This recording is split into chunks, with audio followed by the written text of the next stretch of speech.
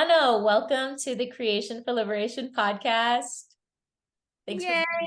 being here. Tell us, Hana, where did the name Frizz Kid Art come from? What is your relationship to it? How did you come about with it? It's so funny that you're asking me this right now because I actually just got those Facebook memories, just like on my personal Facebook. I got like a memory that I posted like a logo that I had made for myself like 10 years ago, like today. Yeah, it basically just came from, like you can tell I have very frizzy hair. So that's where the frizz part came from. And I don't know, basically a kid at heart always. Yeah, that's basically where that kind of artist name came from. And it feels right at home with me. So I like it. Yeah, I love it. It's very authentic. And for me, having grown up with curly, frizzy hair too, like I always heard like, oh, your hair is looking so frizzy as if it's a bad thing. Yeah, Like, I got that a lot. Like yeah. people recommending like all sorts of things to put in my hair to stop it from being frizzy, which none of them work because this resists like anything that you put in it. I got my little Miss Frizzle hairstyle today, so Yeah. Like resist. embracing it. Yeah, for real. There's activism in your hair. Like as it is, right? It's like resist the anti-frizz. So Yeah. it's such a reclamation, it's such a audacious like claiming of just what is and owning it. So I love that. And that feels so much of what your art is as well. Mhm. And when I see your art, I very much see portraits, fashion, messages of freedom and permission to be whatever Yeah. one is, and to challenge a lot of patriarchal bullshit. Mhm. How do you feel that you are, if you feel this way, reimagining the world through your art? Because I very much see that. I mean, yeah, that's kind of the intent that I go into it. Like it's my sort of vision of how I want sort of my world around me to look. um and there's like a lot of celebration of like if people really got to be who they wanted to be, because I think oftentimes we don't always get to be completely ourselves because we're scared, because sometimes being ourselves goes against like patriarchal ideas of worth and value, or cisnormative or heteronormative or colonial ideas of who is of value and who is not. And so sometimes we change parts of ourselves, because we want to feel safe, because we want to blend in, because standing out can be scary and it can be dangerous for a lot of people. And so the nice thing about when you're creating artwork is like that's a world contained in and of itself. And my sort of like characters, I guess, in my artwork, like they are 100% authentically themselves, and they're vibrant, and they're, you know, they got cool outfits and big hair, and it's really joyful to draw that kind of stuff because it's like I sometimes, like, even when I'm drawing, like, this sounds kind of superficial, but just sometimes when I'm drawing, I'm looking at the outfits and I'm like, I wish I had this like dress that I drawn on this character, because it's just so fun. And it reminds me a lot too of like I watched like most kids watch a lot of cartoons, and I still watch a lot of cartoons, and it's that kind of fun cartoon world that you want to escape into because it feels loving and safe and nostalgic and warm, and I love all those feelings and putting that into my work. Hmm. I think the things that your characters or that your art wears is so much more than just the superficial thing that's put on their bodies. It is an So too, like external, I'm always like right? scared to, because I know like not everybody perceives fashion or clothing or style the same way, but um I think what people wear is very important to them. It is how we express ourselves. It's like our armor going out outside. And it's just nice to depict that, like that our ideal way of presenting ourselves. Totally. I think fashion has been co-opted by capitalism and, patriarchal conditioning that makes it seem Exactly. superficial or inauthentic or inaccessible to most people. But Exactly. It's hard to get good clothes. Like clothes are expensive. And fast fashion sells us the clothes that we can afford, but it's like cheap quality and it's not that good. It contributes to a lot of environmental harm. A lot of fast fashion uses like really unethical labor practices. So it sucks because like we want to embrace fashion because it is literally art, it is wearable art. But like you said, it has been co-opted by capitalism. So it can seem frivolous and silly and kind of, not worth looking into. And then also there are trends in fashion that are like, people say you should wear these prints or these colors because that's like slimming, or only certain sizes can wear certain kinds of clothing. So clothing gets policed in all kinds of terrible ways. it's so interesting that you said your characters are authentically themselves and joyful. And what I love about your art is, to me, it walks the line between colorful and joyful and creepy and dark. Mm-hmm. Yeah. So I'd like to hear more about just the paradox of your art and Mhm. what else you want to say about that. I mean, I really like the creepy stuff. I think that there's so I love like, you know, kind of surreal drawing styles and like body horror and things like that. So sometimes I infuse that into some of my works. It can be more present in some of my work than others. So there's, sort of a mix of those things. But I kind of like playing with ideas of quote unquote ugliness, because I think there's a lot of power in what is deemed ugly or grotesque or something like that. So like I have some works, for example, in some of my like older line drawings where like I have this one drawing I did in my first book that was like a self-portrait of myself like trying to squeeze a zit. And that like that's obviously like unpleasant, but everybody does it. You know what I mean? Like if art is supposed to imitate life, like life can get real ugly. Mm, Life isn't always pretty, and it's really easy to feel like life has to always be pretty, especially when you're on social media. And obviously we curate what we post on social media. We post the best parts of ourselves on social media. We don't post like I'm not gonna post a picture of when I'm picking an ingrown hair at like 3 a.m. you know Like we don't really see those parts of people, which is fine. Like it's okay to keep those parts of you private, but sometimes it can give people like a skewed idea of how others are living. And I think the importance of sort of juxtaposing like joy and beauty and colors and florals and all these sort of like typically pretty things with some of that like creepy, ugly, grotesque. I think that's truer to life. hmm. Yeah, absolutely. I totally remember the zip popping one. Oh my Yeah. goodness. It was in the recesses of my memory, having been following you for years now. One Hmm. one that I saw recently was two characters looking, yeah, pretty like funky, fresh, fashionable, but also creepy, dark, ugly. Hmm. And and one is saying to the other, and then he was like, "Fine, you're an ugly bitch anyways." Yeah. That And was they're a fun one. laughing and they look Yeah. joyful.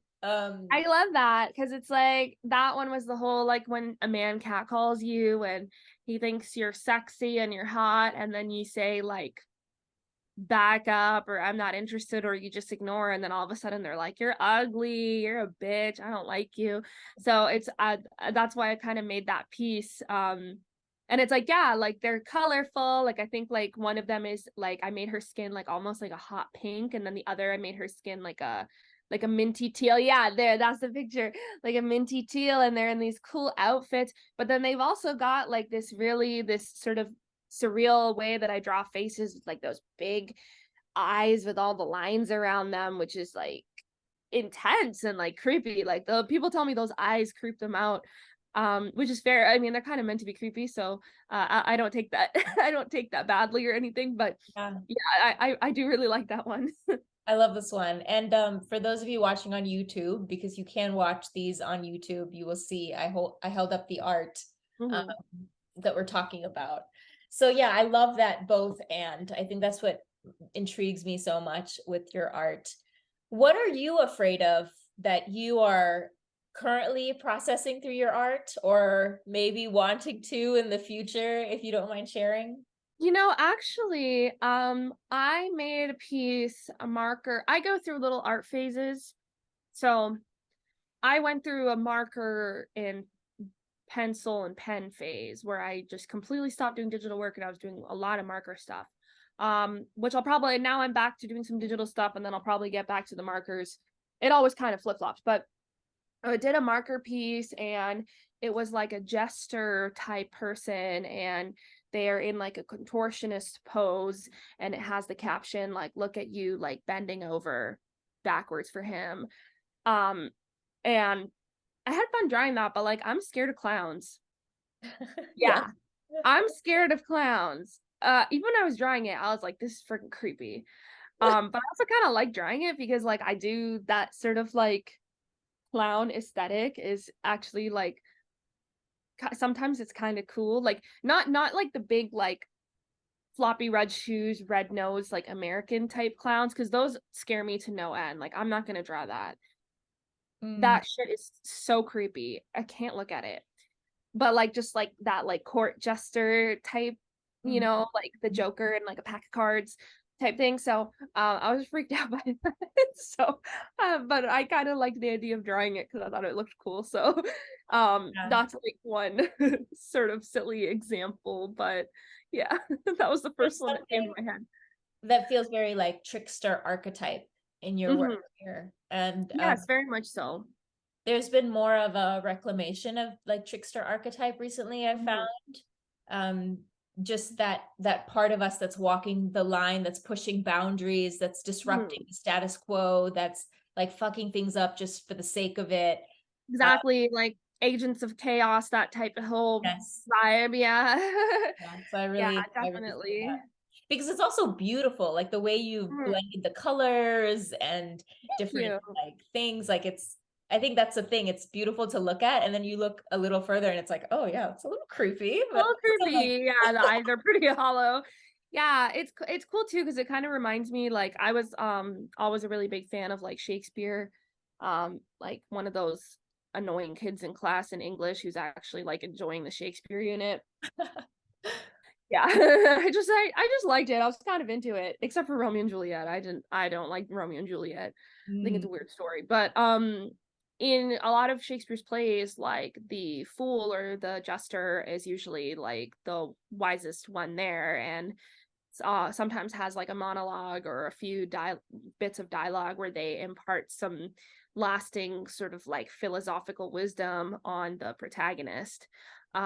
So you see that a lot, or the Joker or the fool is like a catalyst or the source of a lot of like thought and emotion. So like in Hamlet when he does a monologue over Yorick's skull. It is a really cool imagery that has existed for a long time, and it's interesting, like I have been seeing like more of that like aesthetic or that reclamation, especially like just like looking on social media. So that's really neat. Like I think it's really cool, even though sometimes it scares me a little bit because sometimes it's a little clowny and I'm like yeah, it is scary. I think that's the scary. interesting thing about it. It's Mhm. scary and it's necessary. It's Yeah. like a disruptor and it's free, and then it's also Mhm. kind of like an asshole sometimes. Sometimes. Yeah, like I mean, people sometimes gravitate towards things that sort of unnerve them or disarm them in some way. We just have like a natural curiosity towards those things. So it doesn't surprise me. Mhm. Some of the most liberating art I've created has been art that I'm afraid of, about myself, about my feelings, about certain thoughts, like Mhm. shadowy stuff in my brain or in my Yeah, I so yeah. share more about like how you are in a way. I mean, we're talking about like acknowledging some degree of shadow work, if you will, Mhm. on the page through your art. Uh, Mhm. what would you like to share about your practice around that? Facing the shadows, facing what you're afraid of, anything more there? It can be really hard. There are definitely things that I've drawn that are very personal or that are coming from parts of my brain that are shitty parts, like parts that I don't like, parts that I feel mess up my life.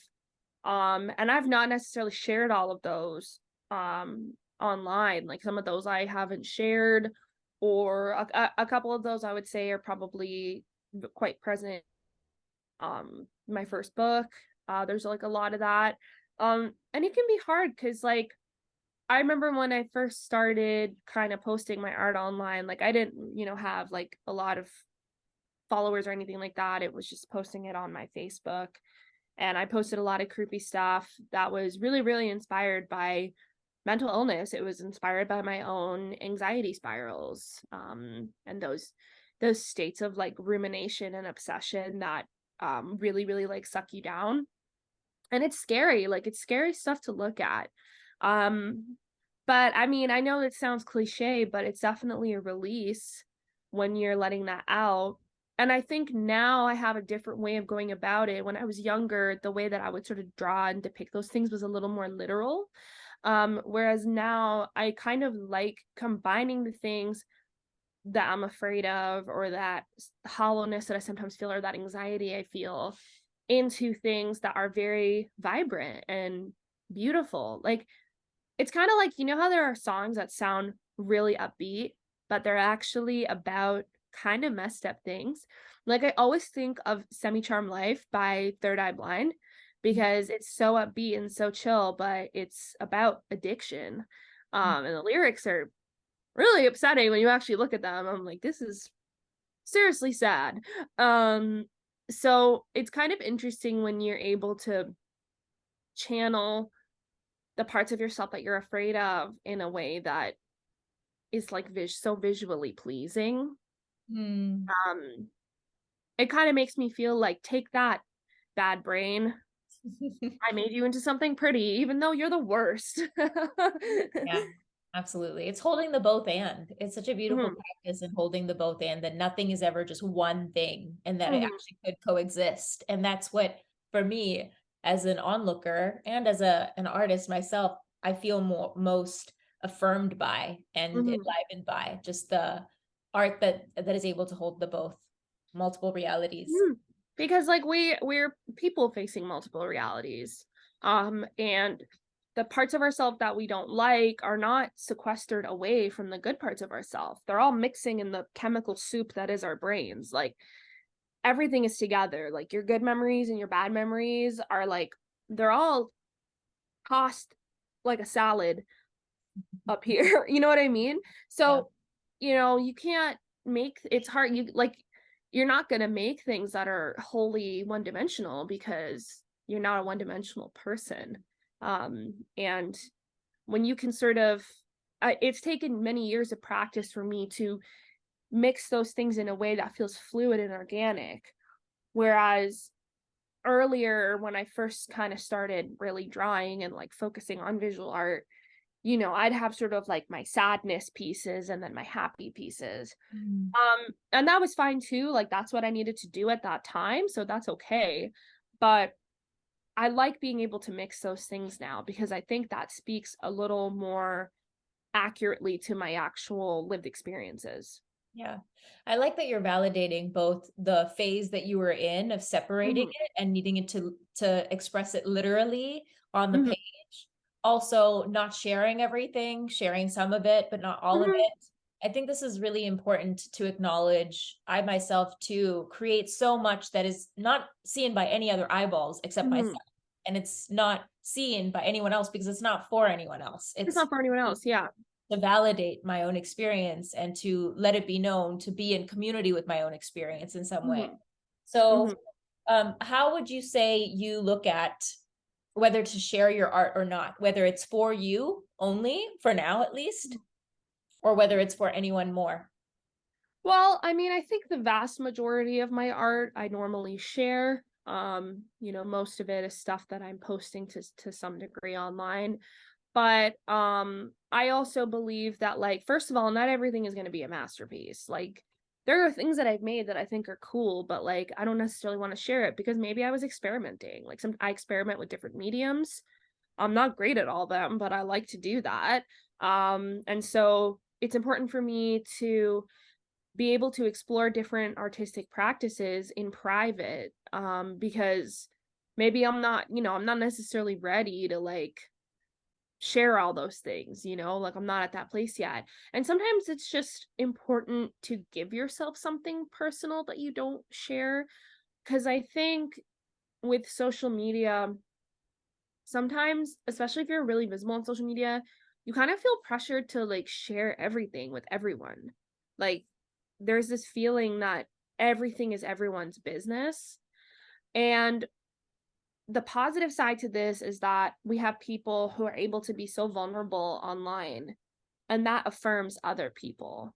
So sometimes I do share those things, and then people go, you know, I feel this way, or this made me feel really validated. And that's really great. But sometimes we do it and it drains us. So there have been times where I feel like, do I have to perform my mental illness, or like perform my anxiety, or perform my grief? Or can that just be private? Does it, if it's like, you know, that it's like a proverb or whatever of like, if a tree falls and like no one hears it. I don't even know the whole Did it line, but really you get what fall? I'm saying. Yeah, like if the tree, I think it was like if the tree falls and no one heard it, did it really fall? Did it really fall? And it's like, I kind of sometimes I hate that, because it's like I shouldn't have to show my struggles 24/7, 365 days a year in order for them to be real and validated. And it's okay if I just want to like have my breakdown and have my bad moments in peace and quiet alone, or with only my chosen family. You know what I mean? Like, I not everything is necessarily for the eyes and ears of everyone. And Absolutely. sometimes we have to be our ugly selves, just on our own, or with a close few people that we can trust. Um and it's very hard to resist that pressure of like constantly, like, you always want to keep like updating people like online too. Like, there have been times where I didn't want to post art because I was tired, and I felt the need to post online that I wasn't going to post any art for the week because I was taking a mental health break. And sometimes I'm like, okay, it's cool that I'm being transparent and like showing people that I take breaks, but also like I wish I could just take a break without having to inform people, Mhm. as if people who follow you online are your like employer or something. Yeah. I should just be able to step back because I want to step back, because I don't have to keep making, I'm not in the mood to make an amazing masterpiece. Like, there's this like way that we frame artwork as content creation, and it's like, this is not just like content that I'm churning out. Like, this is artwork that takes a long time. And if I need time to make that, and if I need to process things to make that, if I need to take care of myself in private to make that, I'm allowed to do those things. So there's a fine line, and you just have to make sure that when you're sharing, that you're sharing in a way that makes you feel comfortable, and safe, and not that you're sharing because you feel like you don't like deserve to take a break, or you don't deserve to feel a certain kind of way unless you know, make content about it, you know? Yeah, I'm a huge proponent of people making art for themselves first. And I Mhm. practice this way as a way to be sustainable in my practice of both Yes. seeing and sharing. And the guidance that I constantly come back to myself and offer to others is, are you allowing yourself to be with your art first? And then to Mhm. determine whether you want to share it, because that is a choice point, though you are naming the struggle and challenge that so many of us face being on social media, being people who use that platform, whatever it is, Facebook, Instagram, Twitter, TikTok, whatever, as a way to get our art out to people. Mhm. Um, the wired effect of that need to consistently churn and produce and put out. Mhm. And I just want to say that, for folks who are consuming art, maybe all of us, I myself consume art on Mhm. social media, and am consumed from, that it's a very easy thing to get into an extractive nature Mhm. of it, that I'm following this person for their art. I just want more and more and more, and I expect them Mhm. to be updating us with their art on a regular basis. Or Mhm. me, oh, this person isn't creating art in the same way. I don't like it. I don't want to extract any more from it, or I want to Mhm. extract a certain amount from it that Mhm. is to my liking. It's so easy to get into that mind frame when it comes to being on social Exactly. media, and we have to be so intentional with not being extractive in our consumption of Mhm. artists who put so much energy and effort and emotion into their art, and also to not let ourselves be falling under that pressure of being extracted. 100%. There's a point where it feels dehumanizing. There's a point where you are burnt out. I've definitely like been unsustainable in my art practice. Like there was a while where I was constantly churning things out and I knew something was wrong because I was tired, I was anxious, I was exhausted, and I started feeling resentful of my work Yeah. because I was annoyed that I had to keep making things. So I made very, very drastic changes in how I do things online, how often I post new art. I made a lot of changes.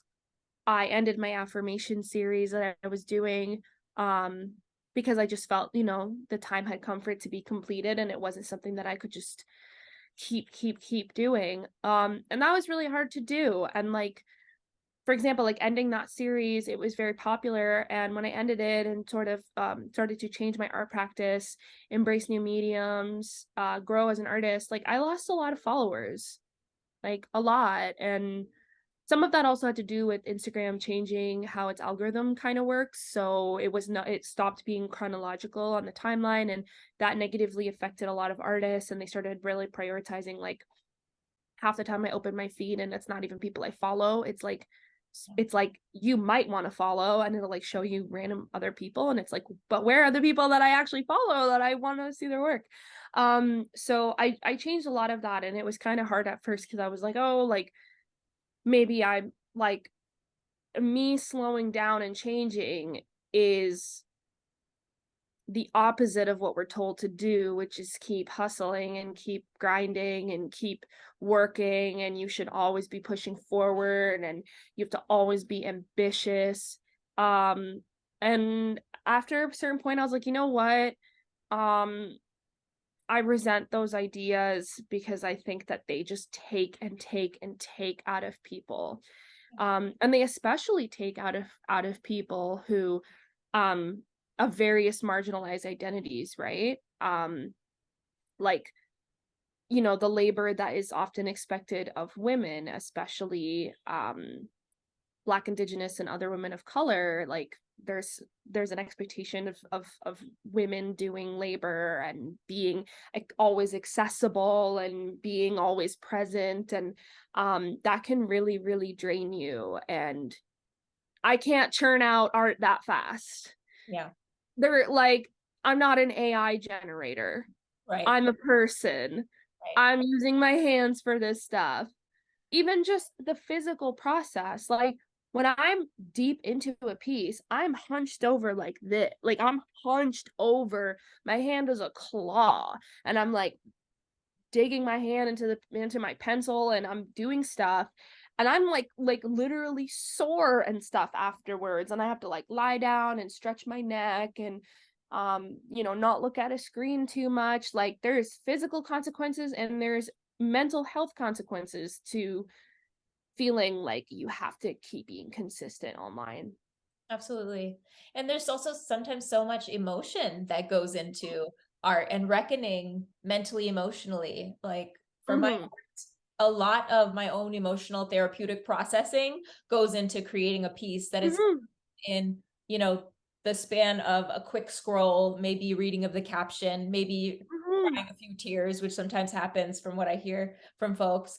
And Mm-hmm. then it's done. There's no adequate time given to process, to really be with, to apply it to life. Um, Yeah. and it's unfortunate because that's not how some art is meant to be. Of course, and as artists, we always want people to spend more time with our work. And I understand that that's not always feasible. Like, I too scroll through my phone and scroll through TikToks and stuff. But it isn't really important at sometimes to take a step back and if there is work that speaks to you, engage with it and appreciate it because somebody put their heart and soul into it. And that's that's not something to just brush off like it's nothing, because that's a big deal. Yeah, and it's becoming more and more important now, especially with the Mhm. advent of AI art and how fast that is produced, and Yeah. how much of it is produced. So really acknowledging art from humans and human process and human Mhm. feeling and soul and spirit is going to be more important and intentional for us to practice in how we consume and create. You mentioned the proverb earlier about like if the tree falls, no one sees it, did it really fall? And I think there's Yeah. something important to speak to here when it comes to creative practice. Like, am I Mhm. creative if I don't share enough of my work? Am Mhm. I creative if no one really gets to see or experience what I'm doing? Am I Mhm. actually doing anything of value? And I just want to say that, that whole proverb, that whole idea centers the human gaze. Mhm. Never mind that every other tree in that root Has system has felt witnessed that it. tree, right, fall, Exactly. felt that death of that tree. Never mind that all the creatures that that tree was home to no longer has that as a home, perhaps, or it's Mhm. different, right? Never mind that it affected that entire forest of one tree Mhm. falling, right? It continues much like colonization to center Mhm. human supremacy, to center the human gaze. And how do 100%. we apply this in our lives with our own art to Mhm. trust that, the creatures in our garden, the trees in our neighborhood could also Mhm. bear witness to our creation? 100%. There are lots of things bearing witness to what you create.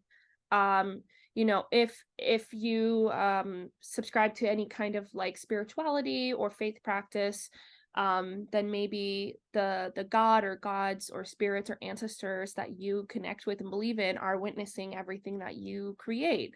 So, if that type of like faith-based practice speaks to you, then that's who's witnessing your faith. If you're outside and you're doodling in a park, the birds and the bees and the trees and sometimes people like you say that to people and they think you sound really like woo woo and airy fairy.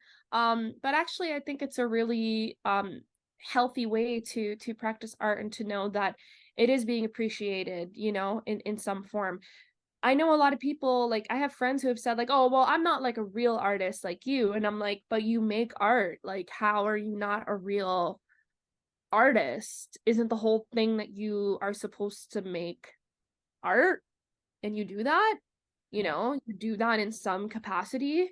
Like I get what people are trying to say, maybe they don't have credentials or they've never sold that art, but the fact that you're making art means that at least in that moment, at the very least in that moment that you're making art, you were an artist. Yeah. And if you don't feel comfortable wearing that label outside of it, that's one thing. But you made something, you wrote something, you danced, you made a collage, you rearranged your apartment, you made a beautiful dish for your friends and family to eat. Like you did something creative, and that um really nourishes you. It nourishes you emotionally, spiritually, and it does nourish you physically, right? Because when we do these things, we release all kinds of great chemicals in our brain that fill us with happiness. We get that serotonin, we get that dopamine, we get that oxytocin, we get those endorphins, and that makes your body feel better. It makes you feel good. So art practice is very integral to people truly being happy, you know? Yeah. And living, like even just And living living. our lives is a creative act. And it is a Mhm, birthright to make and move and write and draw and dance. And mhm, to acknowledge that, these processes of making and creating doesn't just exist in our brains and bodies, but it mhm, exists in nature, and nature mhm, too is witnessing us, and we too are witnessing nature if we have that awareness. Um, 100%. it is to me, a very decolonizing framework to Mm-hmm. acknowledge that just because I can't rationally understand how the trees are affected by my art practice or how they're observing me and how my chemistry is affecting their Mm-hmm. chemistry, right? It's still happening now. You mentioned that you experiment with different modalities and mediums, Mm-hmm. that you go through phases, which I think is such a natural thing, as dynamic as we are as humans. And I noticed that when I work with some folks, their creativity is not flowing in the exact way that they want it to flow, say writing a book or Mm-hmm. drawing in a particular kind of way. And part of being in trust of our creative energy is to acknowledge how it is flowing and to nourish it, feed it in that way. How are you honoring your phases? How do you practice just listening to how your creativity wants to flow and respecting that? I'm letting myself have those phases because there have been times where I've looked at the Instagram of other artists and I've thought they're doing this right and I'm doing it wrong. Their grid looks consistent. They are using the same style in every post. They're using the same medium in every post. Like they're consistent. They know who they are. Like sometimes I feel bad. I think, "Oh, you're going through phases. Maybe you don't really know who you are and that's what you know, you're not sure enough of yourself." And then I realized like, "Ew, why am I limiting myself that way?" Like it's great to explore and it's a fun challenge. It's really cool to challenge yourself and it gives you a major appreciation of people who like that's their area of expertise. Like I tried doing sculpting. It was so hard.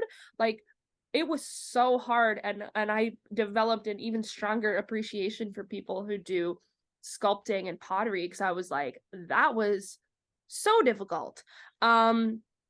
And I mean, a lot of the great artists of our time have had different phases. So, an example that I always go back to in my head, um, is Francisco Goya because Goya's early work was really pretty. Like it was pretty and light colors, and then he started doing. I'm just gonna Google it so that I don't um mess it up. But then he started doing these really, really dark works in a series that were called the Black Paintings, I believe. Hmm. Um and they were like really, really Mm. scary, like really, really scary. So the really famous one is Saturn Devouring His Son is the one of the most famous works of Francisco Goya in that period. So I think it's cool that he had two very distinctly like different phases. Um, and I think that that's normal. Like we all kind of progress and change. And obviously there are undercurrents of that artist's consistent style within all their works. Like you see little bits and pieces of like, oh, this seems like like something that person made. So there are some consistencies in style. So like when I stopped doing my affirmation series and I started kind of drawing like weird shit again, I think like some people were like, "Oh, you're really doing a different style now." And I was like, "Actually, this is my old style. This is what I was doing before." Like the only reason I got popular on Instagram was because one of my affirmation pieces went viral. But before that, I was drawing really weird shit. Yeah. So it was funny because it was like, actually, this isn't really a new style. This is sort of a reinvention or a coming back to of an older style, but I'm attempting it now with all that I've learned over the years. So now it's a little more polished. There's more color. Like it's better. It's more well done than obviously than it was 10 years ago because you're always growing as an artist and the more you practice, the better you get. So yeah, I think it's really important to like let myself have those phases and enjoy them because they're fun, you know? Like Yeah. when you all of a sudden get into a different playlist. Like I go through phases of music throughout the year, so like In the fall, I listen to my like Halloween playlist a lot, which has a lot of like eerie, ghostly kind of tunes. I find in the summer I listen to a lot of like early night like early to late 90s, early 2000s, like pop, hip hop, R&B, like really like fun music from my childhood because maybe like the summer reminds me of being like a child. Yeah. So it's like you go through phases and everything else. Yeah, Art shouldn't be any different. absolutely. Yeah, we have seasons, much like the Mm. climate and the planet. Hmm. Amazing. All right, Hannah, what else might you want to share for now before we close about um, anything you'd like to offer from your experience and wisdom to folks that want to acknowledge their own birthright of creativity, that want to feel more free in what they create and how they create? Anything here for you now? You no matter who you are or what your technical level is in terms of skill, you have something worth creating. There's something in you that wants to be created. It might be a visual arts piece, it might be writing, it might be a song, it might be a dance, it might be something in your home, it might be some way that you want to, you know, some way that you want to take care of your pets. It might be a photo shoot you want to do. Like it can be literally anything, but there's something, there's usually more than one thing, but if you're ever in doubt, no, there's at least one thing. There's something in you worth bringing forth and creating. Um like even if you feel like no one's going to like it and it's not valuable, like it is because it's coming from a very special part of yourself. Beautiful. Well, folks, learn more about Hana and what's happening in Hana's world in the show notes. I'll add a bunch of links there. And Yeah. thanks so much for taking the time. Thank you.